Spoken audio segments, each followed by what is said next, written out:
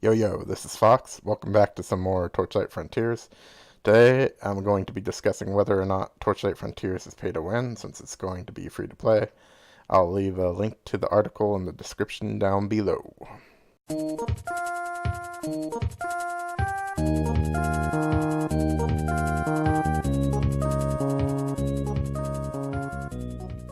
So, first off, I'm going to read Max Schaefer's official statement on the matter, and then I will analyze it. Hello, people of Torchlight. The time has come to discuss the topic of our monetization plans for Torchlight Frontiers. This is a sensitive topic, so we thought we would let you know our thoughts and values as we embark on this journey together. In the coming months, we'll be rolling out various forms of private and public tests, from closed alpha all the way to open beta testing. During much of this time, we'll be live with our monetization plans, and our hope is that we can craft a system with your input that preserves the spirit of Torchlight and facilitates a long and continuing development process from the gang here at Ectra Games. Our community is the most important thing to us, and your happiness is critical to our success. However, continued development on our awesome world requires revenue, so we are crafting a system that we believe preserves and enhances the goals we have for our game. We are, however, going into this with our eyes wide open and are willing and able to change if whatever we are doing isn't working. We are well aware of what has and has not worked with other games in the market, but we also understand that every game is unique, and what works in one game may not work in another. We are also painfully aware of the abusive payment schemes some have tried, including those that exploit gambling mechanics, and at Ectra Games, we reject such approaches. With that said, here are some of our core values. We believe that the free-to-play model gives us the widest possible audience access to Torchlight Frontiers.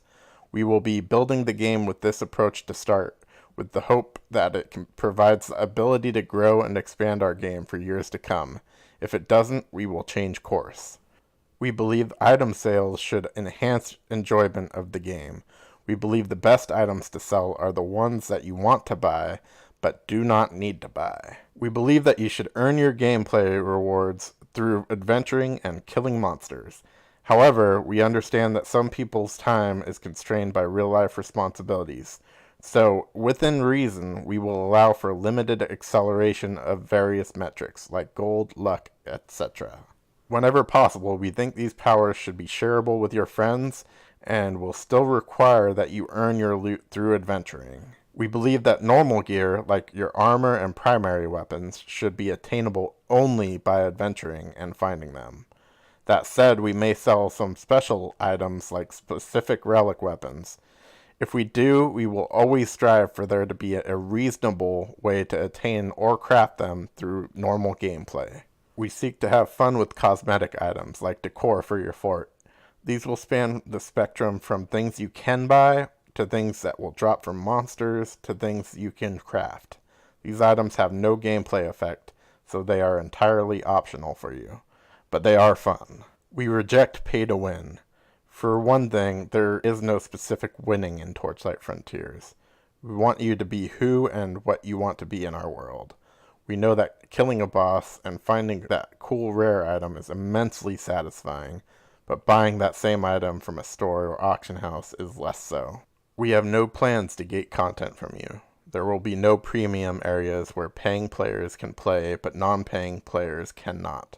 The world of Torchlight Frontiers is open and fair, and we value our non-paying players and paying players alike. You are all valued members of our community. These are the guiding principles that drive our monetization plans. We are prepared to adjust and tweak them as necessary, and your input is vital to this effort. We know we cannot please everyone, and sometimes the market doesn't always please us, but together we can make this a success. We cannot wait to start our public testing with you, to both show you the world we are in the process of creating and work with you to chart the course for the future. We are starting this process early in development, so at first it's going to be a bit rough. We will fill in the spaces and steer the development according to our data, and the creative minds of both our amazing staff and your expert input. In the end, we need to make you happy, and that fuels our every effort. May the world of Torchlight live on for many years to come. Max Schaefer, CEO, Ectra Games. Alright, so let me dive in. The first area people will likely be concerned about is the accelerated metrics of obtaining gold, luck, and etc. That sounds awfully pay to win if you aren't considering how games like this work. I'll give you Diablo 2 as an analogy. High runes were incredibly rare in Diablo 2. So rare, in fact, that when they doubled the drop chance of them in 1.14, you couldn't even tell the difference. You couldn't tell that they doubled the drop rate in a patch because they were so fucking rare. And likewise, games like this are all about RNG, so even if they give you a little bit of luck, it doesn't really matter that much because you're still, in the end, you still need to get lucky. While you might technically have better odds, it guarantees you nothing, and you're still having to play through the content to get anything. So it's more of a play to win, and you have a slightly increased chance to get something good. But in reality, you're not getting jack shit. So how this is going to be done is that it's going to be shared with your party, and you're basically going to do it through the MapWorks feature. And I have a suspicion that these portals are going to be hardcore. So if you die in them, you get sent back to town, and you don't get to continue. I had asked Max about this, and he stated no comment specifically in a way that makes me think that I was onto something, because he could have easily ignored my comment on that one.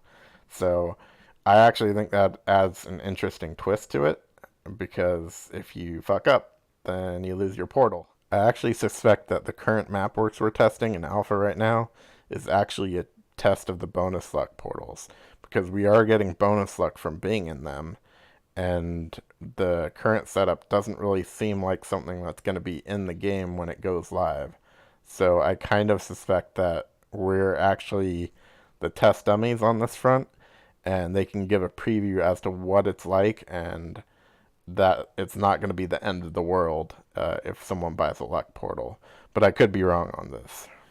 As for the gold metric, currently gold has no real value in alpha, and didn't really carry any weight in the former Torchlights, or even Diablos for that matter.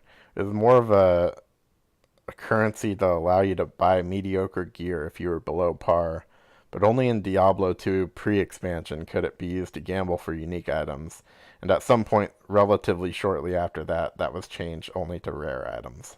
The area of most concern from people is likely going to be the buying relics, but since I've gotten to play the alpha, I can explain a bit better on how this will work. First off, you are given a relic for free at the start of the game. Not only are you given a relic, it is the best relic. I made 3 different relics so far while playing. That's 3 in 6 days of playing, where I wasn't even super focused on getting relics. And so far, the other relics aren't even comparable to the first. Naturally, they're likely to fix and tune other relics, but I get the feeling they're aiming to keep the power of relics about the same, while just allowing them to focus on different aspects of playstyle. Instead of giving your character a step ahead, it kind of gives it a sidestep to a different path, allowing you to emphasize different build ideas that you might have for your character. Would it be nice to just buy a relic or an extra MF? Sure, but does it actually impact the gameplay? Not really, because you need a different relic for each frontier, and they really aren't that hard to make.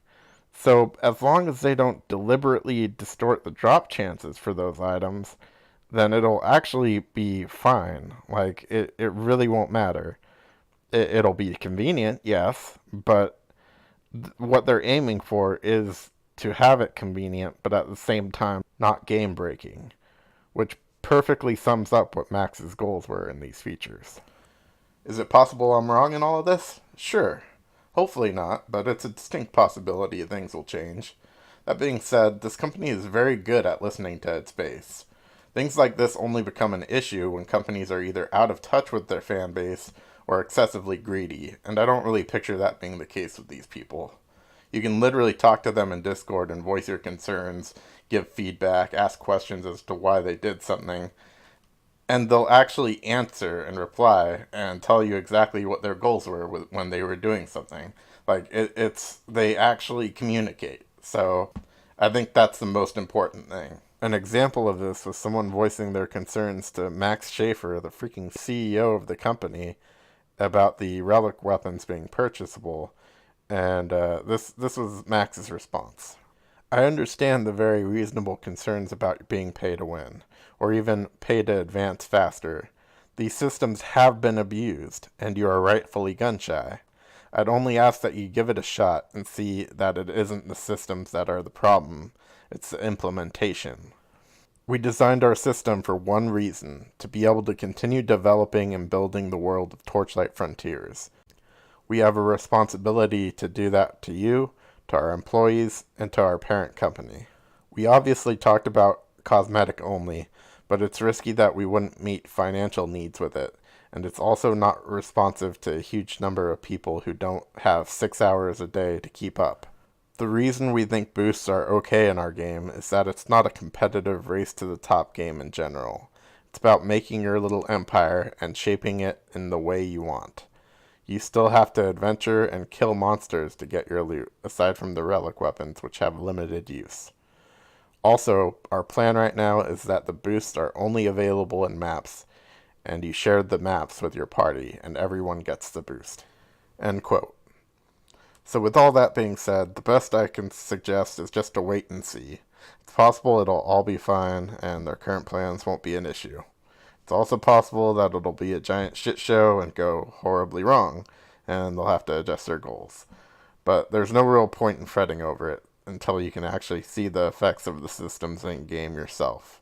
As someone who's played the game in alpha, I really don't think it's going to be as bad as people think. So I guess the TLDR answer to the question of, is Torchlight Frontiers pay to win? Yes, no, maybe so. Fuck it, I don't know. Just wait and see. That's all for now. If you have any questions, any suggestions, or anything you want to discuss, just leave it in the comments down below, or ping me in the Torchlight Discord. Thanks for watching, and I'll see you next time. Have a good one.